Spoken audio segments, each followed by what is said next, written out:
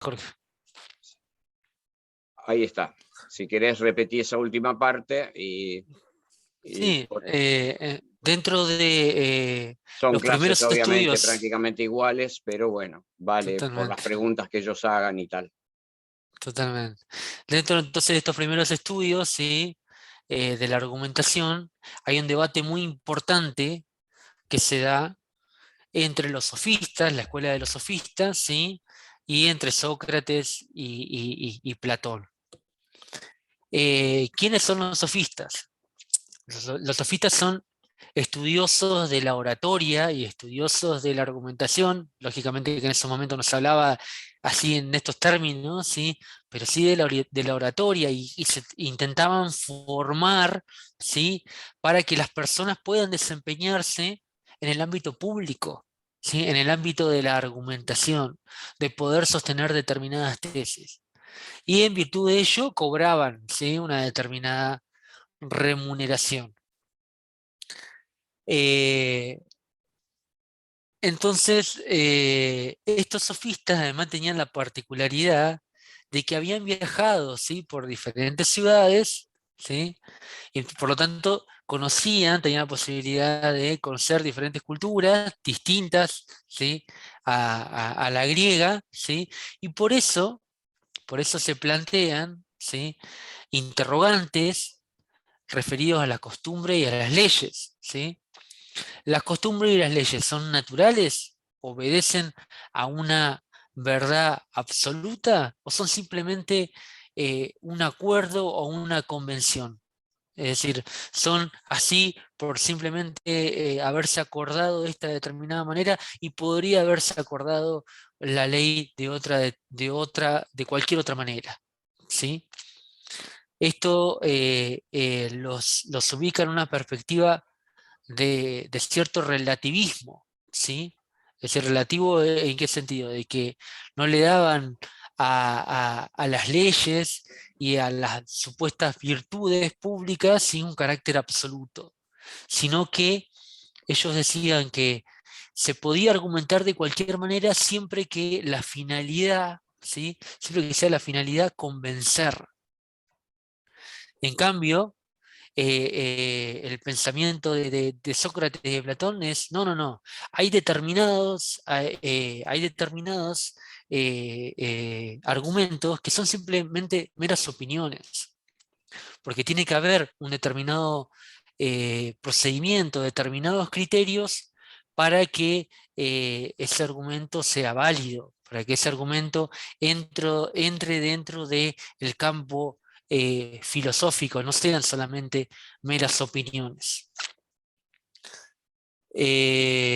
Pasamos un poquito, Cristian, ahí vamos a ir desarrollando este tema. Perdón, Sí, Marcos, Jorge. me parece importante esto que has señalado, conectarlo con lo que vamos a ver en la unidad 8, porque lo que acabas de decir es de una enorme relevancia tanto en el plano epistemológico, en el plano que lo estamos observando aquí de la argumentación, como en el plano filosófico. Ese relativismo que proviene de conocer otras culturas que traen los sofistas es justamente el principio de la democracia. La democracia es un sistema que se apoya en la idea de que nadie es portador, ninguna persona puede ser portadora de la verdad en términos absolutos. Sea la verdad acerca de las cosas, acerca de los hechos, sea la verdad acerca de los valores, de la moral, incluso de los valores estéticos, etc. Entonces, esta cuestión, esta diferencia entre la cultura de los sofistas y la que podríamos llamar la cultura platónica, una cultura más bien autocentrada en la propia cultura ateniense, habla de una diferencia que podemos anotar a lo largo de todo este debate, y no es extraño, yo siempre he sostenido que hay una vinculación entre esta manera de observar el mundo y luego los modos en que pensamos a la sociedad y al sistema político de la sociedad. No extrañamente, los sofistas, estos relativistas, como bien acabás de decir vos, defendían como sistema político el sistema democrático, y Platón, partidario de las verdades absolutas, partidario de la verdad única, defendía a los sistemas de gobierno de tipo aristocrático, de tipo elitista, pudiéramos así decirlo. Su concepción del saber era elitista, su concepción política también lo era. Y estas cosas están vinculadas y las vamos a ver en la unidad 8. No quería dejar de aprovechar la ocasión para señalarlo. Gracias. No, gracias a vos, Jorge. Esta visión que señalaba Jorge de verdades absolutas, ¿sí? Estaba basado en la creencia de determinadas esencias que contenían lo verdadero, lo bueno, lo justo. Por lo tanto, eran absolutos. Y el ser humano tenía que hacer sus instituciones lo más parecido, ¿sí?, a esas virtudes que estaban en ese mundo ideal, ¿no? Por eso es que eran absolutas, ¿sí? Estas verdades, esas virtudes eran absolutas. La justicia, lo bueno, lo malo, ¿sí? Todas esas eran cuestiones que estaban, ¿sí? Por lo tanto tenía que ser un reflejo de, de eso que estaba en términos objetivos. Frente a esa concepción absoluta de la verdad, ¿sí?, y por lo tanto de los argumentos válidos, estaba esta otra concepción de los sofistas, ¿sí?, que opinaban que se podía entablar cualquier tipo de argumentos con el fin de desenvolverse en los asuntos públicos, con el fin de convencer. Por eso es que Sócrates y Platón, ¿sí?, manifiestan que lo que proponen los sofistas, ¿sí?, no integra la retórica, ¿sí?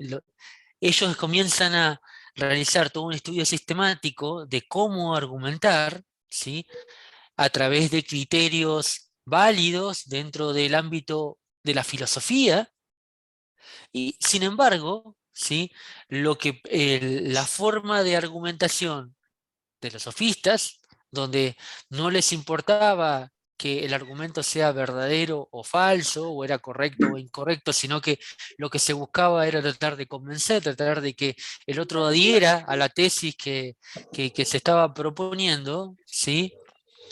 Según la posición de Sócrates y de Platón, ¿sí?, estas enseñanzas que brindaban estos sofistas, ¿sí?, integraban la doxa, el terreno de lo opinable, ¿sí?, el terreno de lo que está entre el saber y el no saber, ¿sí? No es un conocimiento filosófico, porque la filosofía trata de buscar ese pensamiento reflexivo hacia esa verdad. Pasamos, por favor, Cristian.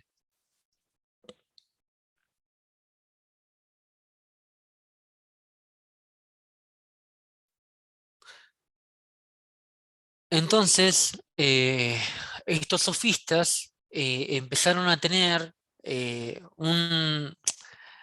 una connotación negativa, ¿sí?, en ese momento. Ahora vemos, como bien marcaba Jorge, todo un aspecto revolucionario de los sofistas en el sentido de cuestionar la aristocracia, en tratar de sostener componentes más democráticos, en, en poner o por lo menos movilizar los aspectos absolutos de las cosas, ¿sí?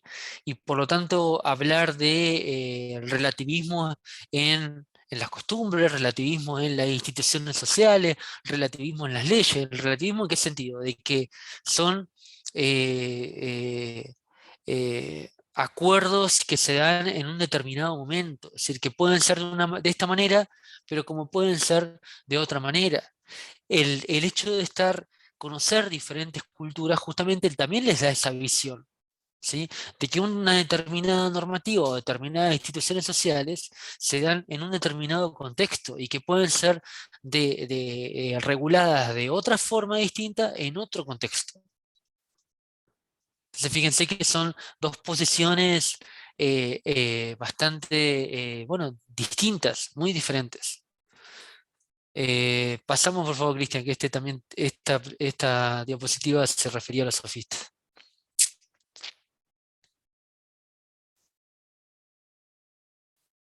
Esta también. Sí. Profe, disculpe, era como una posición rígida contra una posición más flexible, o sea, sería algo así. O sea, la contienda que había, si se puede llamar contienda, entre los sofistas y Platón. O sea, había una postura muy rígida de un lado y la otra era una postura mucho más, no sé si flexible es la palabra correcta, pero sería eso más o menos, profe. Si por rígida, No es, no es. Sí, si por no, rígida, te perdón, dejo, ¿no? Jorge. Sí, No, no, no, escucho. a ver, se puede describir como rígida, no digo que no, pero el punto estriba en una diferencia de tipo epistémico. Para Platón es posible acceder a la verdad. ¿Qué significa esto? Es posible conocer cómo las cosas son. Y aquí hay que hacer una aclaración. En la época de Platón, si ya bien después va a ser su discípulo Aristóteles, quien va a, digamos, a hacer la diferencia entre doxa y episteme, después hablamos de eso, o no sé si ya hablaste de eso, Marcos. No, todavía no lo toqué, Jorge, mirá. Bueno. En esa época todavía no se distinguía entre que podría haber una diferencia entre conocer, por ejemplo, cómo se produce la lluvia o por qué llueve, que sería un conocimiento acerca del mundo, acerca de los hechos, acerca de las cosas, a qué es lo justo, qué es la justicia, que sería un conocimiento acerca de los valores, ¿verdad? Respecto de la primera cuestión, el discípulo, si bien voy a ser ligeramente anacrónico porque Platón no hacía esta diferencia, me voy a referir a Aristóteles, sobre la primera cuestión, sobre la cuestión de los hechos, de las cosas del mundo, se intuía ya que había algún modo de corroborar que las cosas eran así o asá. Es decir, si yo afirmo que llueve porque se han dado ciertas condiciones en la atmósfera, es posible que mis interlocutores, mi auditorio, tiendan a pensar que digo verdad. Y en cambio, si yo digo que llueve porque es el resultado de un conjuro mágico que acabo de realizar, es posible que mi auditorio de hoy, piense que digo mentira. Y que yo no puedo corroborar la segunda afirmación como tal vez podría corroborar la primera. Pero estaríamos de acuerdo, básicamente, en que acerca del primer grupo de cosas o de sucesos, cuando nos referimos a ellos, nos estamos refiriendo a un tipo de conocimiento que es distinto que el tipo de conocimiento que puede estar presente o en juego cuando de lo que yo hablo es acerca de si algo es justo o es injusto, de si el juez cuando condenó a fulana de tal o a fulano de tal a pagarle a Mengano una indemnización, actuó de manera justa, si el monto que le fijó pagar como indemnización es justo, etcétera, etcétera. Es decir, son campos diferentes. De ahí que en el primer campo, ese que yo he llamado de los hechos, y que hoy podríamos llamar el campo de la ciencia, Aristóteles ubicó el conocimiento que llamó episteme, que es un conocimiento en el cual puedo aspirar a tener una cierta certeza, o si quieren ustedes en términos platónicos, aspirar a la verdad. En cambio, decía Aristóteles, en el otro plano, estamos en el plano de la doxa, en el plano donde es todo opinable, es todo materia de opinión, y por lo tanto la única manera que tenemos de zanjar las diferencias de opinión es a través de los métodos democráticos.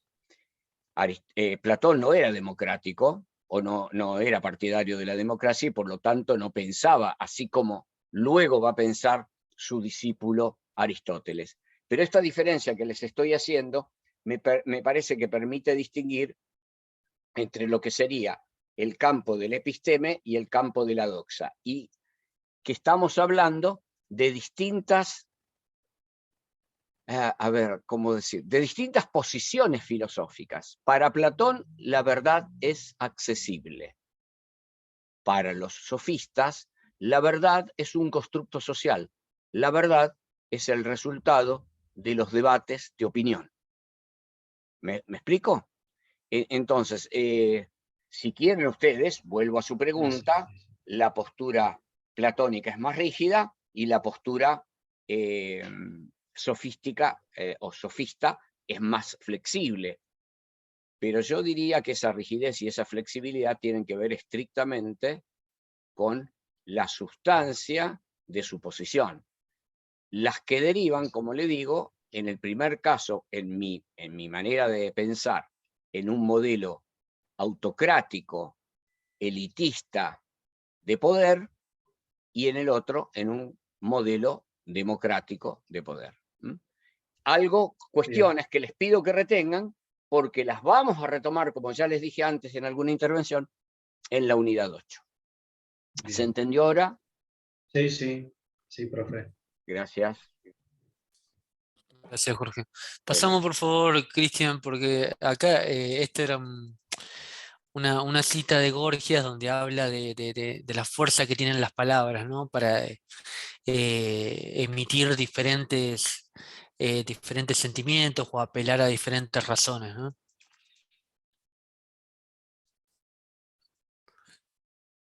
Entonces, Sócrates y Platón, ¿sí?, subordinan la retórica, ¿sí?, este debate dialógico, a esta actividad de argumentación, de dar razones, a la filosofía. Y en cambio, la doxa, ¿sí?, se ubica en el terreno de la opinión, no integra el conocimiento filosófico, ¿sí? ¿Por qué? Porque consideraban Sócrates y Platón que ellos rechazan la búsqueda de la verdad. ¿Por qué? Porque como explicaba recién el doctor Douglas Price, para ellos, ¿sí?, uno puede llegar a la verdad, ¿sí? Uno puede llegar a la verdad con un determinado procedimiento, ¿sí?, y esa verdad tiene una entidad objetiva y es una verdad, por eso no opinable, eh, absoluta, digamos, en términos de. En cambio, los sofistas, según Sócrates y Platón, tenían una concepción de la argumentación más relativa, ¿sí?, donde no importaba qué tipo de argumento se diera, ¿sí?, para poder convencer, para poder hacer prevalecer la tesis que se estaba sosteniendo, ¿sí? No importaba si. Sí, Perdón, Jorge. Marcos. Sí, justamente es eso lo que sobre todo Platón dice, ¿no? Es decir, porque Platón, digamos, choca frontalmente con los sofistas, y de alguna manera la mala prensa que tienen los sofistas en Occidente se debe a Platón, a punto tal que ustedes deben haber escuchado alguna vez la palabra sofisma. Y la palabra sofisma equivale poco más, poco menos a falacia. Es decir, cuando se dice que algo es un sofisma, se está diciendo es algo que se presenta como verdad, pero que es mentira. Y esta, digamos, leyenda negra de los sofistas que construyó Platón perduró por mucho tiempo en Occidente. Perdura hasta hoy, perdura hasta hoy. Y justamente vos mencionabas a Gorgias. Gorgias es uno de los más famosos sofistas. Es el nombre de uno de los diálogos de Platón. Ustedes saben que Platón escribía sus obras en forma de diálogo. En esto sí, muy coherente con su tipo de pensamiento acerca de cómo se debía construir una verdad, en donde las personas dialogan y de manera dialéctica acceden a la verdad.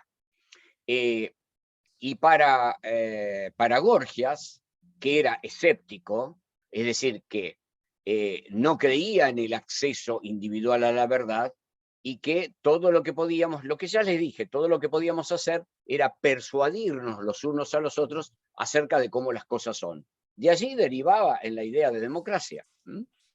La retórica era un arte de persuasión, fundamentalmente, ¿no?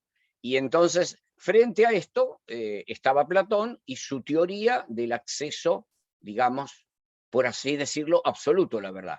Claro que si ustedes les preguntaban a Platón quiénes accedían a la verdad, le iba a responder que los filósofos, y los filósofos no eran todos, no eran todos. Y eran los filósofos los que tenían que gobernar la república ideal, con lo cual terminábamos en un gobierno de élite. Eso lo vamos a ver más en la unidad 8, pero quería destacarles eso. Fíjense cómo este tema se relaciona el uno con el otro, ¿no? Gracias. A vos, Jorge. Pasamos, por favor, Cristian, que esto lo explicó mucho mejor que la filmina Jorge recién. Bueno, y en esto de ir construyendo determinados criterios, ¿sí? Desde el pensamiento griego, Marafiotti nos explica que ya se empezaban a diferenciar determinados ámbitos donde se desarrolla la argumentación. Entonces teníamos el método retórico, el método dialéctico y el método de la demostración, ¿sí? La demostración tenía que ver con la transmisión, ¿sí? En ese momento ideal de los conocimientos de la ciencia, ¿no?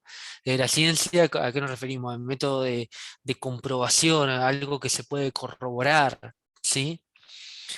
Eh, Luego estaba también el método dialéctico, ¿sí? Que correspondía a la esfera de las convicciones personales y a las reglas ideales del debate, ¿sí? De ideas, ¿sí? Serían como las reglas específicas de un genuino y válido debate de ideas, ¿sí?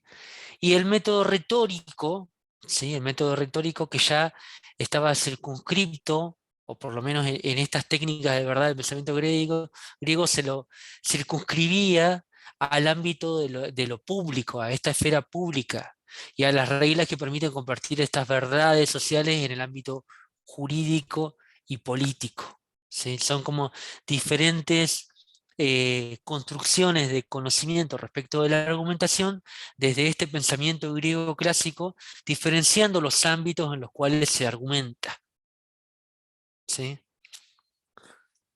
Pasamos, por favor, Cristian.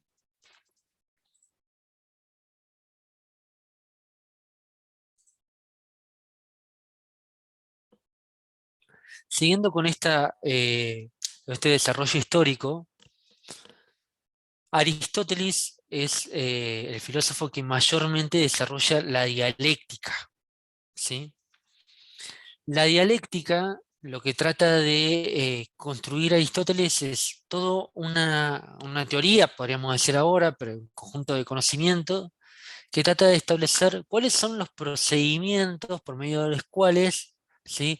Una persona puede argumentar y otra persona puede contraargumentar para que de esta manera lleguemos a una conclusión válida, a un razonamiento válido, correcto, ¿sí? Entonces Aristóteles escribe y desarrolla la dialéctica mediante este debate dialógico, ¿sí?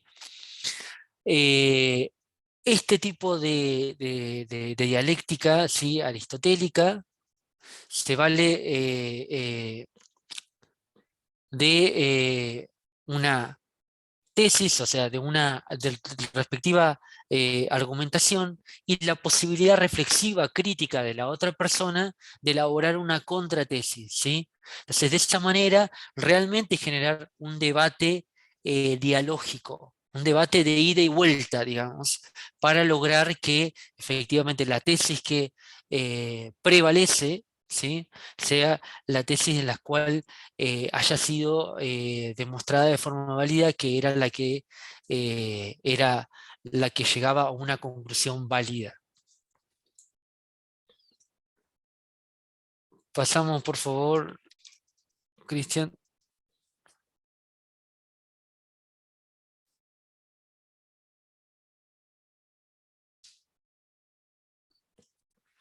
A su vez, lo que también incorpora Aristóteles al estudio de la dialéctica es lo que él denominó como topoi, ¿sí?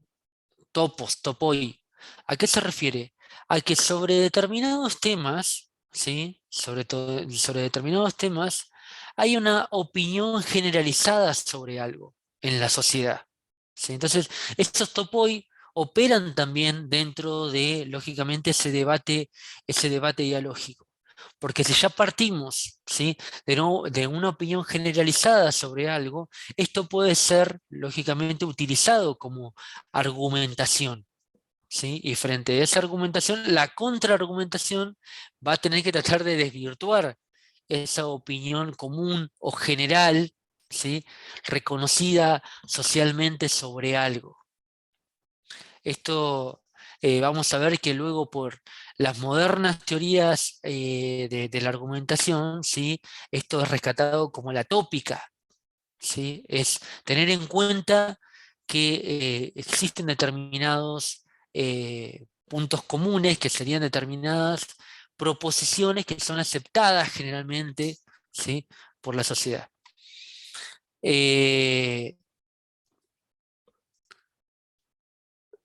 Está bien, pasamos, Cristian, por favor.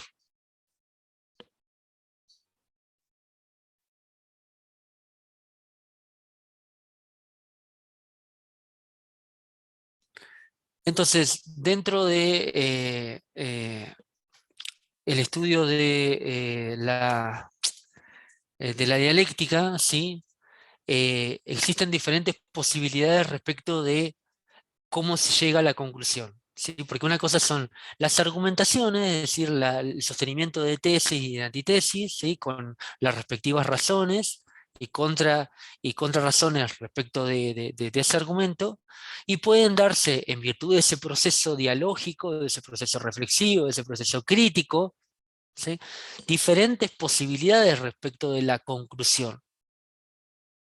Fíjense que lo que se trata, como partimos en los estudios de la argumentación jurídica, es establecer determinados criterios, procedimientos para que una argumentación y el resultado de ese proceso dialógico, de ese proceso de diálogo, permita llegar a una conclusión válida, ¿sí? Entonces, dentro de este desarrollo, ¿sí?, eh, se diferencian diferentes tipos de conclusiones. Puede haber lo que se denomina como conclusión apodíptica, que es cuando se parte de proposiciones verdaderas o de proposiciones que se ha derivado de proposiciones verdaderas. Hay otra conclusión que se denomina conclusión dialéctica, ¿sí?, donde esta conclusión deriva de opiniones. Una conclusión que también se denomina erística o sofística, que se basa, fíjense, este carácter, con esta connotación negativa que comentaba recién Jorge, ¿no? Fíjense, en este estudio, en este desarrollo de la argumentación, la conclusión sofística, ¿sí?, que se basa justamente en los sofistas, ¿sí? Para caracterizarla de esta manera, se basa sobre meras apariencias de opiniones que no lo son efectivamente, ¿no?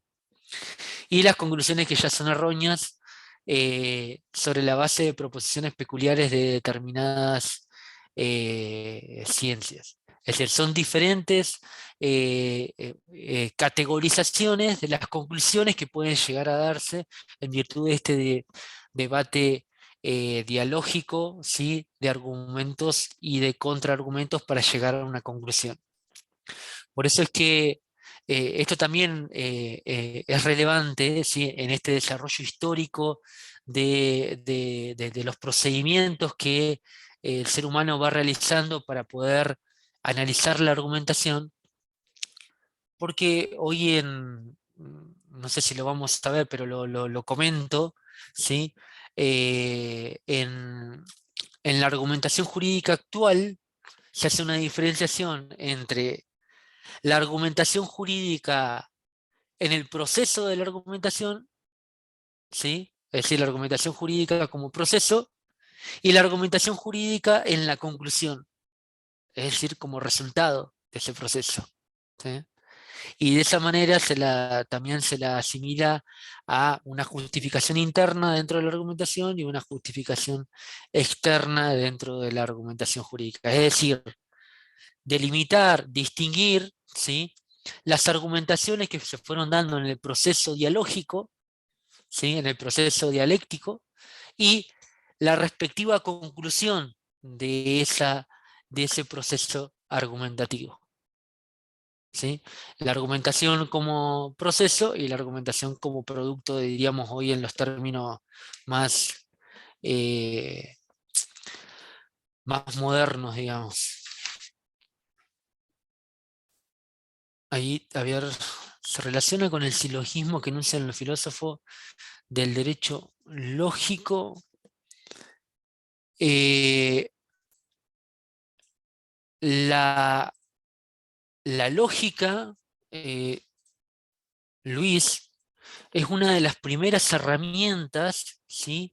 Que se toman en cuenta como elemento fundante, como insumo principal dentro de este desarrollo de la argumentación, ¿sí? ¿Por qué? Porque la lógica permite eh, establecer procedimientos, criterios para que justamente la conclusión sea correcta y sea válida, sea una buena inferencia de ciertas premisas, ¿sí? Así que sí, la lógica fue una parte fundamental, ¿sí? Dentro de el desarrollo y el estudio de la argumentación. Posteriormente, ¿sí? Se puso en evidencia que la lógica no era suficiente, ¿sí? Para abordar todo el fenómeno complejo de la argumentación. Fíjense lo que estábamos hablando, ¿no? La importancia del contexto, del ámbito en que se desarrolla la argumentación, la importancia de la tópica, la importancia del respectivo auditorio en el cual se va dirigida la argumentación. Fíjense que la argumentación jurídica en sí es un fenómeno bastante complejo. Por eso es que las nuevas teorías, y vamos a ver luego en la otra clase, que las teorías modernas de la argumentación jurídica la analizan como de diferentes aristas o de diferentes dimensiones, ¿sí? Pero sí, la lógica, ¿sí? Fue un insumo importante también en este desarrollo de la argumentación jurídica. Profe, ¿y las erróneas?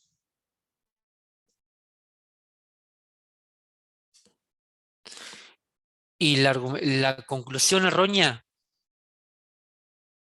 Sí.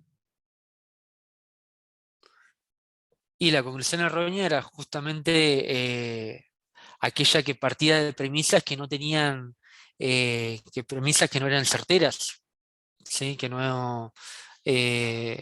justamente no estaban contrastadas, que no tenían una comprobación en términos de constatar algo, ¿sí? Por eso es que en el plano supongamos, a ver, del conocimiento dentro de de una ciencia dura, no sé, la matemática o la física, la química o lo que sea, ¿sí? Una conclusión errónea es aquella que parte de argumentos que no fueron previamente constatados, es decir, argumentos que previamente no tuvieron una, eh, una constatación por medio de la comprobación.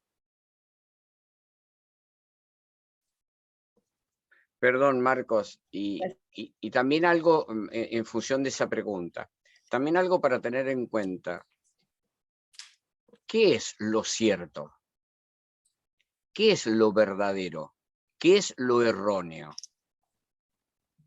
Lo que está en debate aquí, todo el tiempo, es exactamente la respuesta a esas preguntas. Porque, en definitiva, si estamos equivocados o no, es una cuestión que resuelve el auditorio.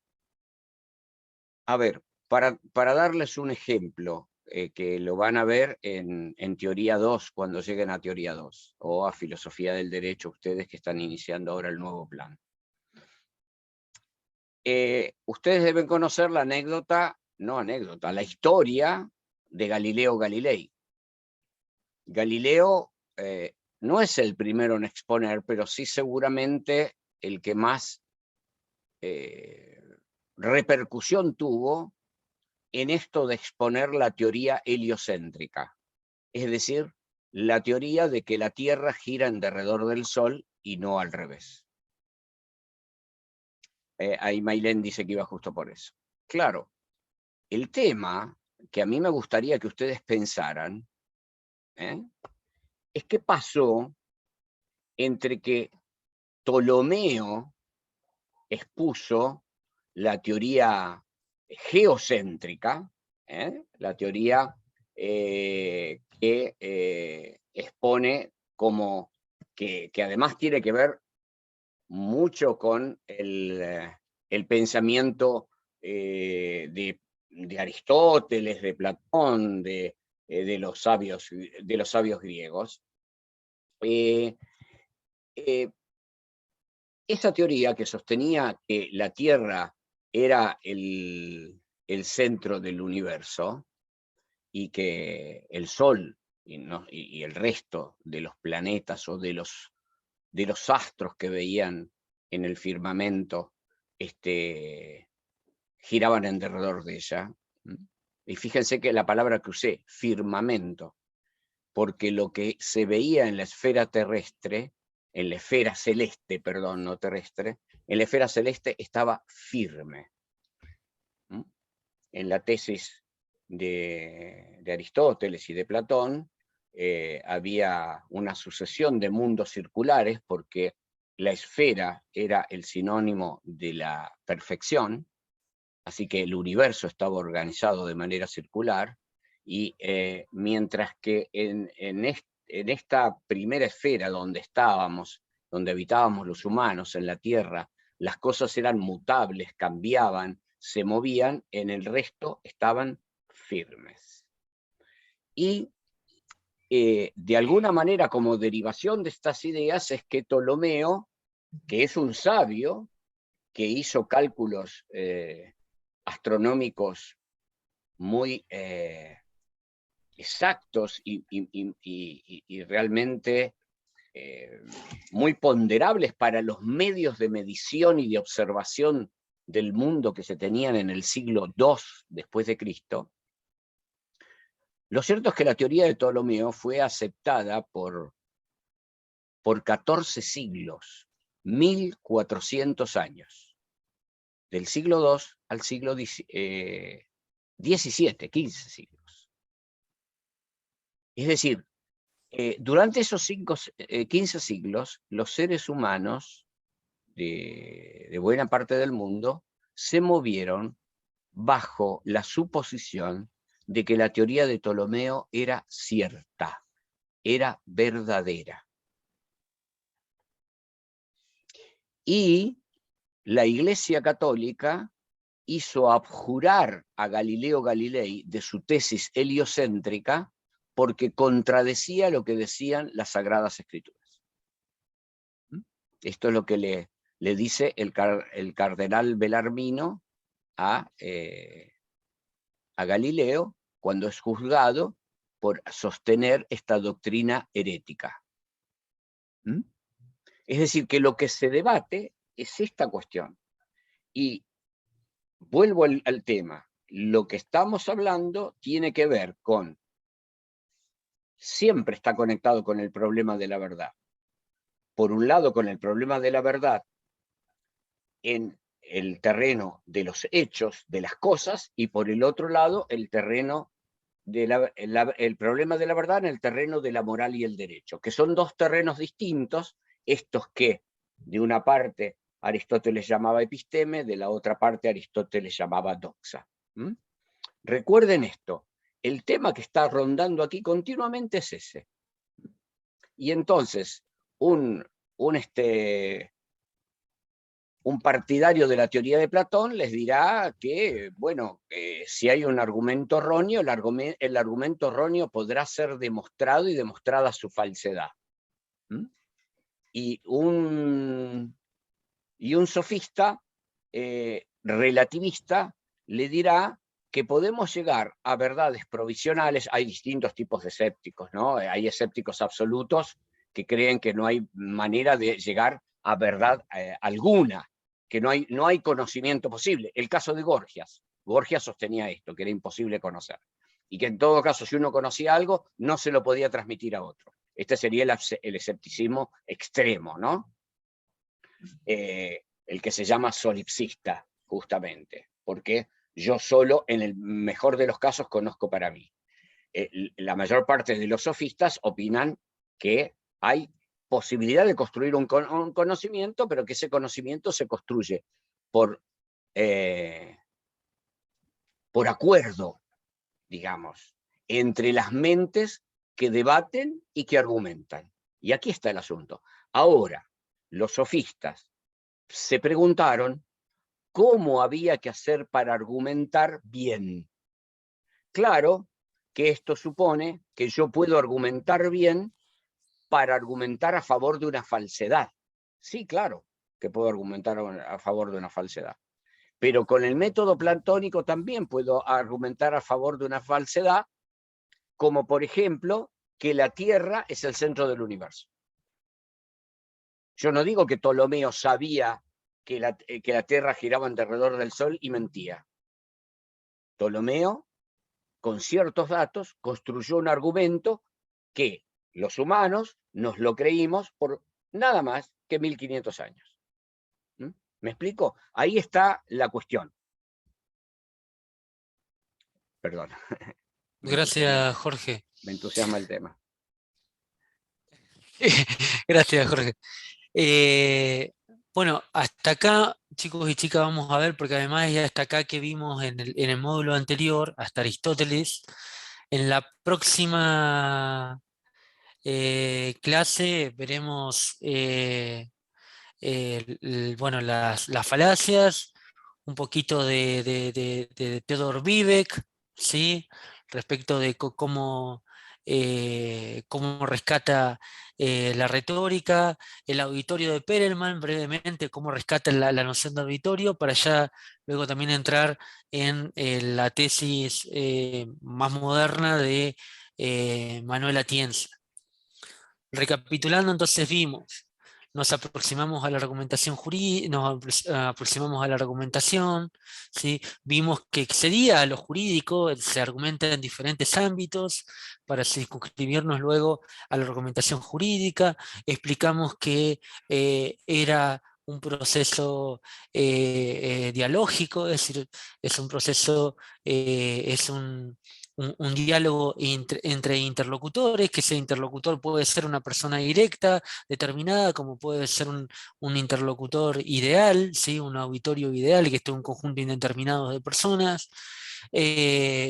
Vimos también cómo dentro de la argumentación jurídica, que lo vamos a retomar igual, pero dentro de la argumentación jurídica pueden haber diferentes ámbitos donde se argumenta jurídicamente, y en cada ámbito los procedimientos están preestablecidos, ¿sí? Con determinados procedimientos. No es lo mismo la argumentación jurídica dentro de un congreso, que dentro de un proceso judicial, que una argumentación jurídica se realiza en el plano de las obras de doctrina. Luego En una ya sentencia. En en una una sentencia sentencia, que es lo totalmente, que más típicamente analizamos. exactamente. Luego pasamos ya una suerte de evolución respecto de la argumentación, tomamos desde ahí la partida de la democracia ateniense, cómo fue adquiriendo, ¿sí?, dentro de la sociedad la importancia de argumentar bien dentro de la oratoria, ¿sí?, para defender los derechos, para participar en los asuntos públicos. Vimos en esa pequeña evolución histórica esa contraposición entre esta visión de los sofistas y la visión de Sócrates y de Platón. Vemos cómo se pusieron las bases, ¿sí?, de la retórica, en el sentido de este conjunto de procedimientos para que los argumentos sean válidos y la conclusión sea válida, ¿sí?, para luego ver la dialéctica desarrollada, ¿sí?, por Aristóteles, en el cual incorpora además los topoi como una opinión generalizada ya de base, para tener en cuenta también en las tesis y las antítesis que se dan dentro de ese proceso dialógico racional. Es así muy rápidamente lo que intentamos ver en la clase de hoy. Mm, Nada, me quedo escuchando primero si hay preguntas sobre eso y después les voy a poner aquí, que luego lo voy a poner en la PETCO, les voy a poner el cronograma ajustado de aquí al final del cuatrimestre para que se programen ustedes con sus estudios, el tema de prácticos parciales, etcétera, para que lo tengan registrado en sus mentes y en sus programas, ¿sí? Perdón, Marcos, no me quería olvidar de eso. No, está bien, justo había terminado, así que si hay Bueno, preguntas, consultas, si Ese no... material, disculpe, ¿es uno del material la PEDCO, lo que nos mostró? Sí. El material que nos mostró sube a la PEDCO. ¿Lo va a subir a la PEDCO? Sí, las Ah, bien. diapositivas sí. Sí. sí. Y yo voy a subir lo que di el martes, que... bien, Luis, gracias por recordármelo, Luis, muchísimas gracias. Tiene razón, totalmente. Dos cosas. Voy a ir primero a lo de Luis, que es lo más importante. Recomendé en la clase anterior que lean como un ejemplo de argumentación y de argumentación jurídica con todo lo que puede tener esto de laxo, en el sentido de que no existían tribunales como los que existen aquí, que no existían procedimientos como los que existen aquí, pero sí ya se desarrollaba la idea de acusación, defensa, sobre las cuales había que exponer argumentos para defenderse. Yo les digo que una pieza magnífica para entender de qué estamos hablando es leer la Apología de Sócrates de Platón. ¿Qué es la Apología de Sócrates de Platón? Es, según Platón, la defensa que Sócrates ejerció de sí mismo. Esto era muy común, las personas debían ejercer la defensa por sí, no hablaban otros, salvo en casos muy excepcionales, por los acusados, sino que hablaban, cada uno hacía la defensa de sí mismo.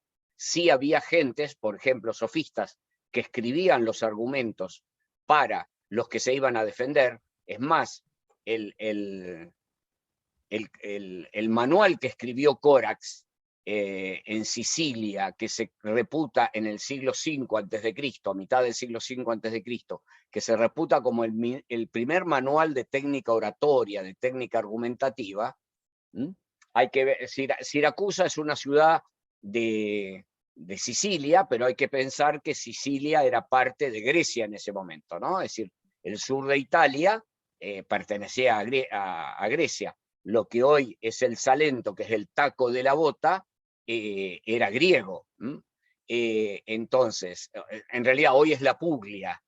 entonces era el Salento, también se lo llama Salento, indistintamente en Italia. En esa zona, digamos, prosperó la cultura griega, y justamente por unas expropiaciones masivas que había llevado a cabo un tirano en Siracusa para pagarle los salarios a los mercenarios que había contratado para una guerra, se desarrollaron una gran cantidad de juicios para los cuales Corax, que era un maestro de retórica, escribió un manual para que la gente del pueblo se pudiera defender ante los tribunales, ante los prototribunales de la época, ante los instituciones donde se defendían los derechos. ¿Me explico? Entonces,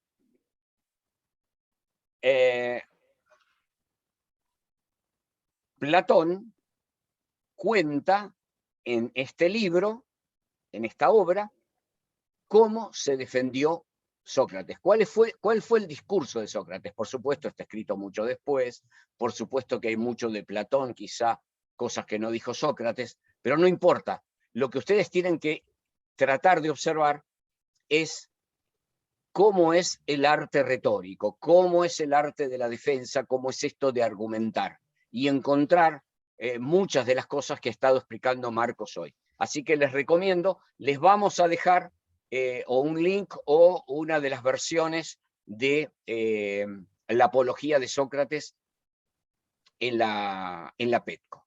Eso por un lado. Lo siguiente es lo que les pongo ahora ahí en el chat, que contiene las fechas básicas, esas que les dije en el comienzo de la clase, para que las registren y se programen con todas sus cosas que tienen que ver, imagino que están en las otras materias y tienen que organizarse. Cualquier consulta, formúlenla, recuérdenla, no a los chats personales de los docentes y las docentes, sino a través del foro, porque las preguntas en general son comunes a todas y todos, y las respuestas entonces le aprovechan a todas y todos. Bueno, y vamos a poner el PowerPoint de la clase pasada y el PowerPoint de esta clase, bien que creo, Marcos, que tu PowerPoint comprende toda la unidad y va más allá de lo que diste hoy, ¿verdad? Sí. Bueno, pero bueno, quien quiera ir leyendo puede ir leyendo y puede ir adelantando. Vamos a descubrir hoy también los materiales de la unidad 7 para que los lean. Bien, bien. Así que bueno, tenemos que dejar porque ya tienen que entrar la otra clase, gente, así que les pido que por favor nos dejen libre porque continúa ahora la clase de político. Gracias, profe. Gracias, Hasta profe. luego, buenas tardes. Gracias, profe. Gracias, profe. Hasta mañana, no olviden que mañana tienen